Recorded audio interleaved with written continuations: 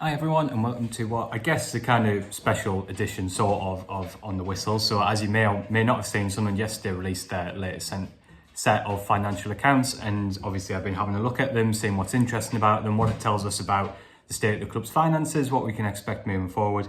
And I thought it might be good just to have a little video just chatting through some of the things that I found and what it tells us about generally kind of how healthy Sunderland's finances are or aren't. Now, obviously, there's a big disclaimer here. Most of you who watch my videos regularly know that I'm not the brightest person around, and I'm certainly not a financial expert. So there's a lot of stuff in these accounts that I don't have a huge amount of insight on, and there'll be plenty of experts out there who'll be able to tell you a lot more. But obviously, I've been covering something for a number of years now, so I think I have a little bit of an idea about some of the things to look out for and what it tells us generally about the position of the club and how well it's performing. So let's get into it and have a little bit of chat about what these accounts show, what they're telling us about how the club's performing off the pitch, and a little bit about on it as well. The first thing to say is that accounts are released a year retrospectively. So when I'm talking about all these figures, I'm talking about last season, the season that we don't like to talk about, the season that we like to pretend never happened, which started quite well for a while and then obviously ended up with Sunderland finishing 16th in the Championship, which was obviously a very, very disappointing performance in the end. So the headline figure was that Sunderland made an operating loss of 8.1 million. That was actually a slight improvement from their previous year's performance, where they lost 9 million. So they did make some inroads in terms of that push towards sustainability, which is kind of the goal for the club. So it was a positive in that sense. I think Sunderland's, the last set of accounts before the two that I've just mentioned there when Sunderland were in the Championship were obviously when the club was in League One. And in that year, when they won promotion, I think they made a loss of about 5 million. So a mixed picture, but generally a little bit of improvement from last season. So how did they do that? Well, the big thing is that for the first time, or more significantly, they made a profit on player sales. So this period in question doesn't cover Jack Clarke's move to Ipswich Town. The accounts end at the end of July. But what it does cover is Ross Stewart's sale to Southampton. And that fee was incredibly important in improving Sunderland's financial performance and make sure they stayed on a relatively sound footing. Now, Ross Stewart's sale wasn't the only one in this time that contributed to that period. There are also sales like Lyndon Gooch, Isaac Lahadji, sales that didn't come close to matching the fee that Sunderland got for Ross Stewart. But fees that certainly helped Sunderland. So they made a profit just under 9 million on player trading, which is a pretty good performance, a significant improvement on where they've been.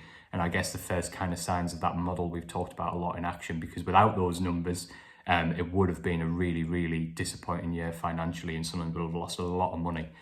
The turnover, which is basically just how much money the club brings in outside of that, is pretty healthy. What we saw was some real stability and Sunderland performing pretty well on this front.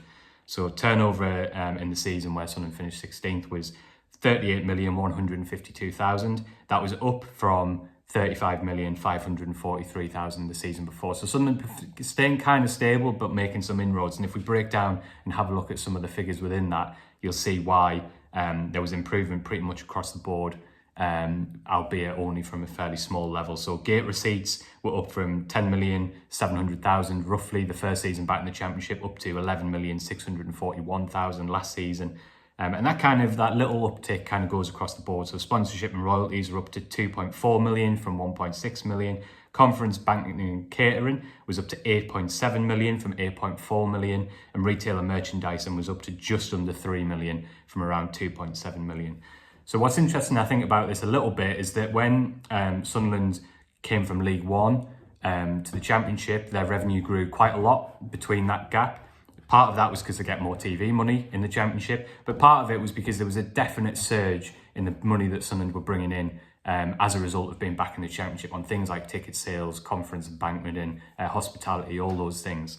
What we've seen here is that Sunderland are making inroads on growing that even further, but there hasn't been an absolutely huge uptick. Probably didn't help that, as we've discussed, the second half of last season was so poor, which won't have helped the club's performance in these areas. So Sunderland's revenue is good. I think that what we're seeing at the moment is we're seeing the club try to push that further. We have seen some investment in hospitality, which some of you will have seen in some of the different bars. Now, the deals with Hummel and Fanatics are slightly covered in this period, but I think you would hope that when next season's accounts come out, there'll be a bit more growth from them. So maybe that's an extra revenue stream moving forward.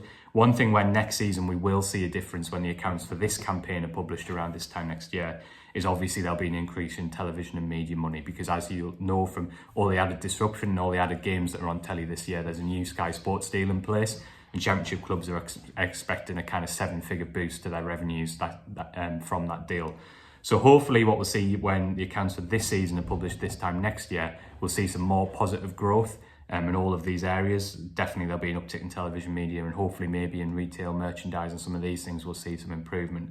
But I think the reality of the situation is that this is an area where Sunderland probably need to get to the Premier League to realise their full potential, particularly when it comes to areas like sponsorship.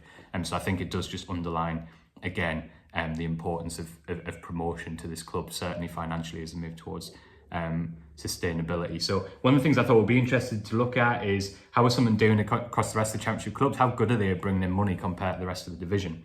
Now, this isn't really particularly straightforward because not everybody is published their accounts yet. They've got until the end of April to do it. So we don't have the full figures for the Championship. So some of these figures, some of the clubs will be a little bit out of date. But if we look at the clubs who've reported for this season, as well as Sunderland, we can see that their revenues are pretty good. There's only 2 clubs so far, 3 clubs, sorry, who've reported a bigger revenue so far this season. Bristol City, 42.4 million. Watford, 57.6 million. Norwich, 73.1 million. Now, remember that Watford and Norwich got their final tranche of parachute payments in this period. So that obviously has a significant impact on their revenue, something that Sunderland don't benefit from. When the teams who receive parachute payments report their accounts, we'll see that they brought in a lot more money than Sunderland for that.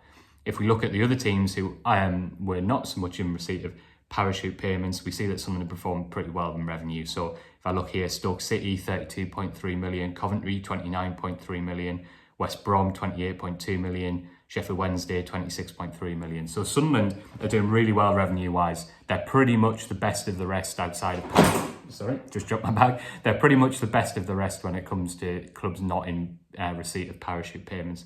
So for a Championship club, revenues are really healthy. It goes without saying that is in massive part due to the loyalty of the fans who keep turning up, even when on the pitch like last season. It was really disappointing. So there's some positives there and some room for improvement as well. But the club's sort of revenue performance seems to me to be pretty decent when you look at it against their Championship rivals, and that, of course, is in huge part down to the ongoing loyalty of the fans who are going to see them every week. So, despite bringing in a lot of money, the club, as we mentioned, still lost 8.1 million. So how? Well, it's pretty simple, to be fair. The operating expenses for the total club rose from 41,048,000 in the previous year, their first year back in the Championship. That jumped all the way to 47,939,000. So what kind of costs are we looking at? Why has it happened? Is it something that's just inevitable? Let's break it down a little bit. The answer is basically that while the club's revenue has grown gradually, every year they're in the Championship, and obviously player sales are an important part of that, the reality is that their wage bill and their costs are growing faster than the revenue is growing in. Now, this isn't a Sunderland thing. This is right across the division. The reason why clubs are posting so many losses is because their wage bill outstrips what they bring in. And part of that is because, the gap to the Premier League is so large, and the clubs with parachute payments are able to spend so much money that probably a lot of clubs are having to take gambles really financially. And we're seeing that across the division. It's a division where most people lose money. So the main real sort of operating expense for Sunderland, so their costs, wage bill, if you like, that rose again. So in their first year back in the Championship, that was 25,614,000, and that rose to 30,595,000. So you can see there that as they're growing the squad, as they've been trying more ambitious to get the Premier League,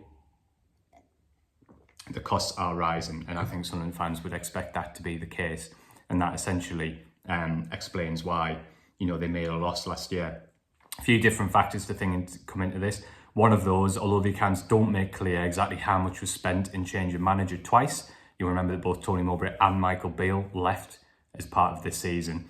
That will absolutely be a factor in why Sunderland's costs jump so much. That is a costly thing to do, and that is something that Sunderland will look back on with a lot of regret, because that is not something that a functioning, well-structured club does, is change manager twice in the season. One of the impacts is that it does come with a significant financial cost. So that will in part explain why costs have gone up so much. And then there are obviously some other costs as well, cost of acquiring players. So the accounts show that Sunderland spend about 6.9 million on registering new players. Quite a few players signed in this period. Romain Mundle would be one of the main ones, obviously a huge success story. But you've also got players like Nazari Rusin, Adil Aushish, Leo Yelder, Timothy Pembele. All of those players were signed in the period, so there's some costs obviously associated with that. And the other thing was, as we saw in the summer, which was announced at the time, the club did invest quite a bit of money to improve the stadium. So all these things kind of come into the pot. The stadium is a huge asset in terms of the sort of ticketing money it can bring in, but also the cost of upkeeping it are quite expensive as well. So is that normal? Let's have a look at kind of what Sunderland's wage bill looks like and what does it tell us about where they are in the Championship. And we can see that they're growing quite significantly. They are now reaching the point of being not necessarily one of the biggest spenders, but certainly in the top half. So I'll just read you out some of the figures that have been reported. Thanks to the excellent Kieran Maguire, who I'd recommend you going and following on X. He breaks all this Championship figures down superbly well and is well worth a follow. So West Brom's wages for the period we're talking about, 42.9 million, Bristol City 34.9, Stoke City 34.4, Watford 33, Middlesbrough 31.4, Hull 29.6. So you can see that Sunderland are broadly kind of in that category with those clubs. I would expect that their wage bill's probably risen again this season. So I think we can see that while they're not one of the biggest spenders in the division, we are seeing increasing signs of ambition from Sunderland. So so that's kind of why the loss happened. So one of the things that I thought would be good to talk about is obviously PSR, profit and sustainability rules, because I thought that was something that would be quite important to talk about. So it's a little bit complicated with profit and sustainability rules. So what obviously happens with profit and sustainability rules is that clubs are limited in the Championship to a certain number of losses over a 3-year period. So this breaks down in slightly different ways. So overall, a club can lose around £40 million over a 3-season period and remain within the rules. But that is slightly skewed by the fact that in order to reach that upper limit, money has to be injected by your owner as equity, not as loans.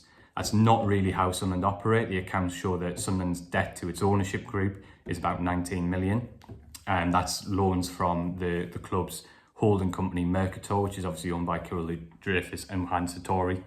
The club have said in the last couple of accounts in the notes that they would convert this loan into equity at some stage, but that hasn't yet happened. So from my understanding, Sunderland's loss limit for to be in within the PSR rules would be lower than that figure I've just mentioned, 40 million. Now, I still think that Sunderland will have absolutely no PSR issues whatsoever. So if we look at the last 3 years, which they've reported, which gives us a clue, obviously this year, 8.1 million, the previous year, 9 million, and the third year, the last year in League One is 5 million.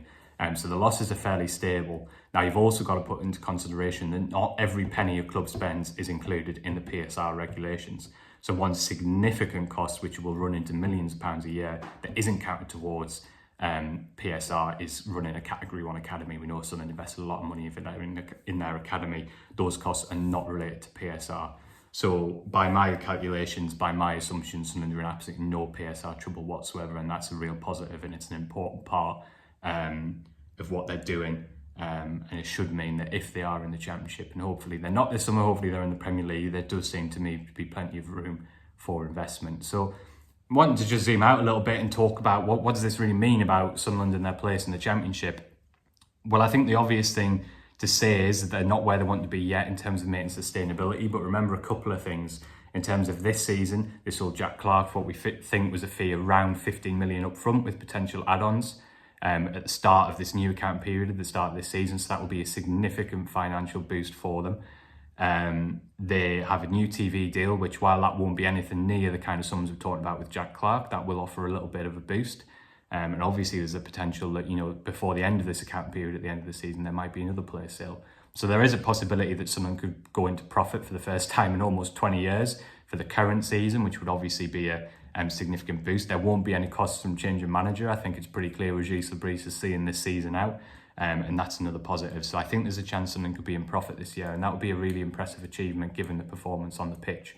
Their losses are pretty standard for championship level, I would say. They are not a club that are kind of wasting money, that are hemorrhaging money and compared to their rivals. If you look across the rest of the championship, for the clubs that have reported so far, Sunderland are performing fairly solidly. They don't have the best financial returns, but a lot of the clubs who have had better returns so far, they've either had significant player sales, which we know is something that it will happen with Sunderland more and more in the coming years. But they also have posted much lower losses than quite a few of their rivals. So I think that in terms of the championship, they are doing okay. The reality is that if you win the lottery, whatever you do, don't buy a championship club. It is the fastest and easiest way to lose an awful lot of money. And that's for the reasons we've talked about, is the way that the parachute payments distort the league. Now, of course, Sunderland had the opportunity to benefit from parachute payments when they dropped out of the Premier League themselves a while ago, but the club was in such a bad state that they weren't able to do that, and they actually managed to get relegated again.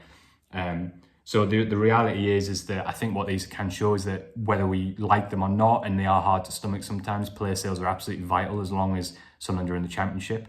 If we want Sunderland to keep growing, their squad to keep growing, their costs to keep growing because they're signing better players, there has to be a balance where some players leave. That is just the reality. I think we're seeing some positive signs in terms of the model working, as I say, in terms of those player profits growing, also in the revenue continue to grow. But I think the reality is what these accounts show is that for Sunderland to be sustainable in the long term, you know, they need to get to the Premier League. That is an absolute game changer in terms of television and media revenues. Obviously, your costs will grow with that, but to fully capitalise on the potential of the club, they need to be a Premier League club. So I think on the whole, there are some positive signs in this. You know, the losses are coming down. And I think the scope was they'll probably come down again next year. There's every chance of that. Revenue's growing, albeit quite gradually. So I think there are some positive signs for Sunderland fans. Obviously, we'll keep an eye on that situation that I mentioned in terms of, you know, the club is in, as I say, around £19 million of debt to its ownership group. Now, they keep saying that they'll convert that to equity, essentially. You know, it's very different to the debt we had in the Ellis Short era, where some money was owed to Ellis Short, but a lot of it was owed to an external company as well, which of course someone were paying on interest on. So it's a very different situation to that. It doesn't have any impact on the day-to-day running, but hopefully that's something that, you know, does get converted at a later date. So I think there's some positives in the account, but I think the reality of the show is that it's very, very difficult to be a championship football club owner. And it's, as I say, it's probably the easiest way to lose money. And you can see why there is such a push for sort of financial reform and maybe a fairer distribution from the Premier League. So yeah, hopefully that's given you a little bit of an overview. As I say, I'm absolutely not a financial expert. There's a lot in these accounts that I can't really speak to too much. As I say, I think Kieran Maguire is an excellent follow just for more championship, across the championship. Some of the things he posts on X are really, really insightful. So yeah, by all means, go away, have a look at some of the experts and see what they're saying about these accounts in the days to follow. But hopefully I've just given you a little bit of an overview of how Sunderland are performing, especially against their championship rivals. So hope you enjoyed it. We'll be back with some reaction after the Preston game tonight, on the whistle tomorrow, loads of stuff. So keep your eyes tuned to the channel. Thanks for watching.